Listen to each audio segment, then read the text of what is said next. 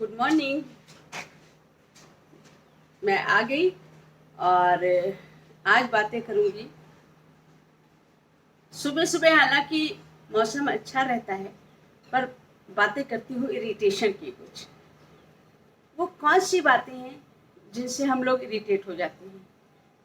Latest है, कल रात में एक फ़ोन मिलाया और हद है कि अगर आप 5 मिनट बाद भी मिलाओगे, 10 मिनट बाद भी किसी को फ़ोन करोगे, पता नहीं ये कोविड का संदेश कब तक चलने वाला है। क्या सारी जनता इतने लेवल तक सुन के एक विद्रोह पैदा होता है? मुझे तो नहीं लगता कि कोविड का संदेश आपका इतना फ्रूटफुल हो रहा है। हर कोई इससे इरिटेटेड फील करता है।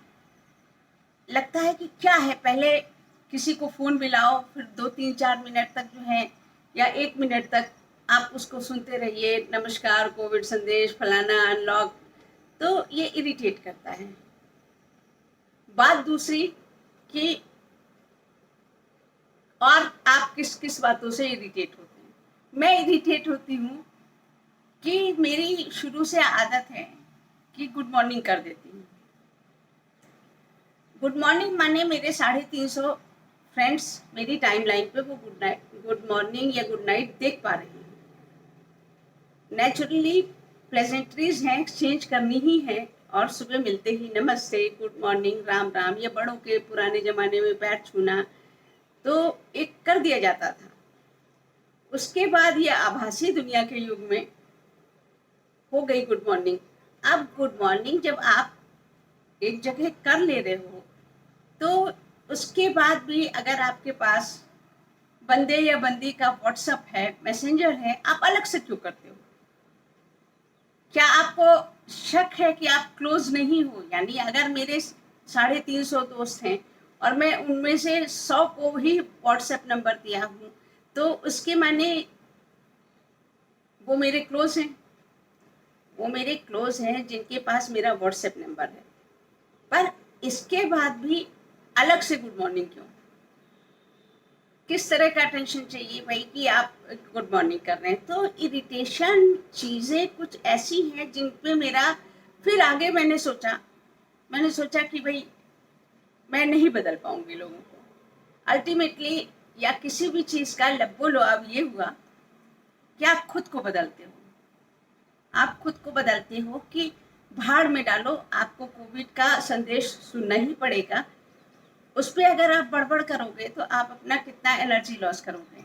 या आपको गुड मॉर्निंग सुनना ही है तो आप, तो बात वही आ गई कि अल्टीमेटली आपको खुद उस चीज़ को बनाना पड़ेगा कि आप इसको सह जाओ। फिर जब सहने की लिमिट आ जाती है तब आप मुस्कुरा भी लेती हैं। क्या बचपना है, आप मुस्कुरा रहे हैं। तो अल्टीमेटली बदलना अपने को ही पड़ता है, और फिर वो चीज़ें इजी होती जाती हैं। एक जो दिमाग में भरता रहता है कि इस चीज छोटी छोटी समस्याएं, लेकिन वो छोटी छोटी समस्याएं भी खुद को ही बदल के संभव हो पाती हैं कि आप लाइट रहें। और दूसरी तरफ जहां आप लिखना चाह रहे हैं, पढ़ना चाह रहे हैं, खाना कुक करना चाह रहे हैं, उस समय बैक ऑफ द माइंड आपके वो सब बातें नहीं चलनी चाहिए। जिस चीज़ पे आप फोकस करना चाहते हो, आप पूरा कंसंट्रेशन उस चीज़ पे दे पाओ। तो इसलिए छोटी छोटी, एक बहुत बड़ी समस्या ये होती है कि जो लोग भी रचनाकार हैं, अक्सर उनकी रचनाएं उठा ली जाती हैं। अब उठा ली जाती हैं, बेहद अफसोस की बात है कि उसमें से नीचे नाम काट के वो कभी व्हाट्सएप में घूम रही है अज्ञात के नाम से। या कितनी दुखद स्थिति है, और किसी भी लेखक या रचनाकार को दुख लगना स्वाभाविक है। अब इस स्वाभाविक प्रतिक्रिया का परिणाम ये होता है कि वो लोग अपना आक्रोश व्यक्त कराते हैं, ऐसा हुआ, ऐसा हुआ। लेकिन अगर आपके पास कोई समाधान नहीं है और तटस्थ हो जाना ही समाधान है, तो ले जाने दो भाई। क्योंकि आपके पास इतनी हिम्मत नहीं है, इतना बूता नहीं है कि आप अदालती चक्कर लगाओ या लगवाओ।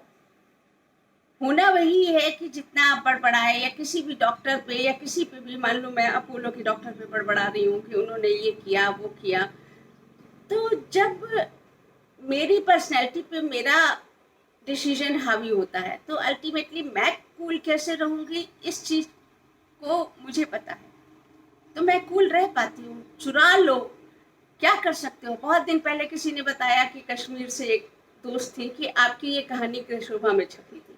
क्या कर लिया मैंने, मुस्कुरा के रह गई। छपी थी तो छपी थी, कोई उसके भाग्य में होगी, ले गया। और मैं कूल होती जा रही हूँ, होती जा रही हूँ। अभी भी जिन कोविड से अगर मैं इरिटेट होती हूँ तो मैं बदलूंगी अपने आप को। तो ये तो बात रही। और बेसिकली वही मैं आ गई हूँ कविताओं पे। बहुत कविताएं लिखी हैं और यथार्थवादी लिखना पसंद करती हूँ। रोमांटिक कविताएं भी हों तो उतनी जितनी पॉसिबल हो। अब तालाब और घूंघट और वो चीज़ मैं नहीं लिख सकती हूँ, मेरे समाज का हिस्सा नहीं है, तो वो लिखती हूँ। तो आज आपको कुछ कविताएं फिर अपनी एक पुस्तक थी कविताएं, उससे पढ़ के सुनाती हूँ। तो आप देखिए, पहले तो एक हल्की फुल्की सुना दूँ, क्योंकि इतनी बोर बातें करने के बाद एक हल्की फुल्की कविता बनती है। क्लिनिक खुलते ही डॉक्टर ने अपने समक्ष एक कृशकाय वित्तवर्ण युवक को पाया। बीमारी पूछने पर जवाब में आया, डॉक्टर साहब भूख नहीं लगती, कमजोरी भी महसूस होती है, रात को नींद भी नहीं आती। शिकायतों का लंबा पुलिंदा आया। नाड़ी टटोली, आंखें फैलाकर देखा, पेट भी दबाया, पर डॉक्टर कुछ समझ न पाया। आप करते क्या हैं? जी मैं फेसबुक, ट्विटर आदि पर लेख और कविताएं लिखती हूँ। बात करते करते डॉक्टर का सर्वेक्षण और परीक्षण जारी था। कंपाउंडर को बुलाकर कुछ हिदायतें देते हुए टॉनिक और कुछ दवा की पुड़िया दिलवाया। 4 दिन बाद पुनः आने को कह डॉक्टर ने सभी स्टाफ को बुलवाया। कॉन्फ्रेंस रूम में बोला, बीमारी गंभीर थी, विचार विमर्श जारी था। 2 दिन बाद ही मरीज का फोन आया। प्रसन्नता के आवेश में उसने दवा के फायदों को गिनवाया। डॉक्टर मुस्कुराया। पिसी शक्कर की डोज और नींबू चीनी के घोल ने उसका खूब फायदा कराया। दरअसल उसने अपने कॉन्फ्रेंस रूम में सभी स्टाफ को मरीज का नाम देते हुए उसके लिए लाइक बटन दबाया और कुछ अच्छे कमेंट्स भी करवाए, क्योंकि वो शायद उसकी असली बीमारी को पकड़ पाया और साथ ही अपनी आमदनी का भी एक नया जरिया पाया। तो ये तो थी फेसबुकिया कविता, और अब मैं आपको सुनाती हूँ।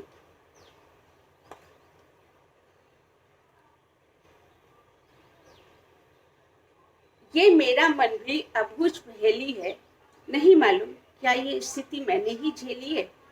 कभी विषम परिस्थितियों में भी मुस्कुरा लेता है और कभी खुशी के पलों में भी रोने का मन बना लेता है। मेरा मन भी अबूझ पहेली है, क्या ये स्थिति सिर्फ मैंने ही झेली है।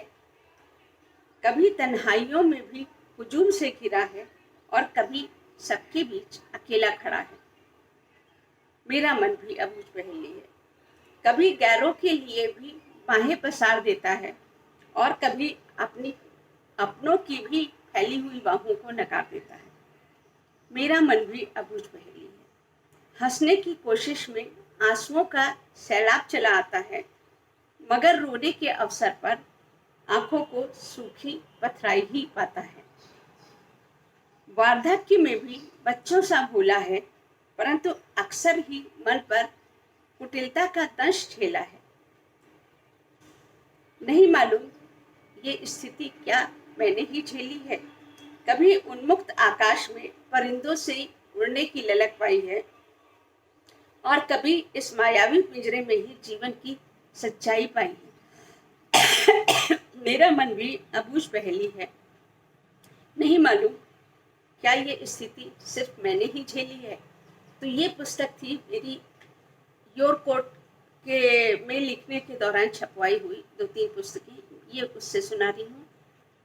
अगर आपको मेरी रचनाएं पसंद आ रही हैं और अच्छा लग रहा है और आप पढ़ते हैं, तो प्लीज़ सब्सक्राइब करिए, वो मेरे लिए मैटर करता है। अच्छा लगेगा अगर आप मुझे रेगुलर पढ़ेंगे और पढ़ने के बाद सब्सक्राइब करने का भी सोचेंगे। धन्यवाद। बस अब इजाज़त दीजिए। नमस्कार।